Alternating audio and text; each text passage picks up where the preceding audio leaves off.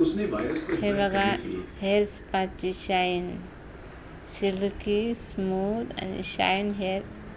कशामुळे? Hair spa केल्यामुळे. हे बघा कसं स्पार्कल येतं केसांमध्ये. हा पहिला स्पा आजचा आणि हा दुसरा.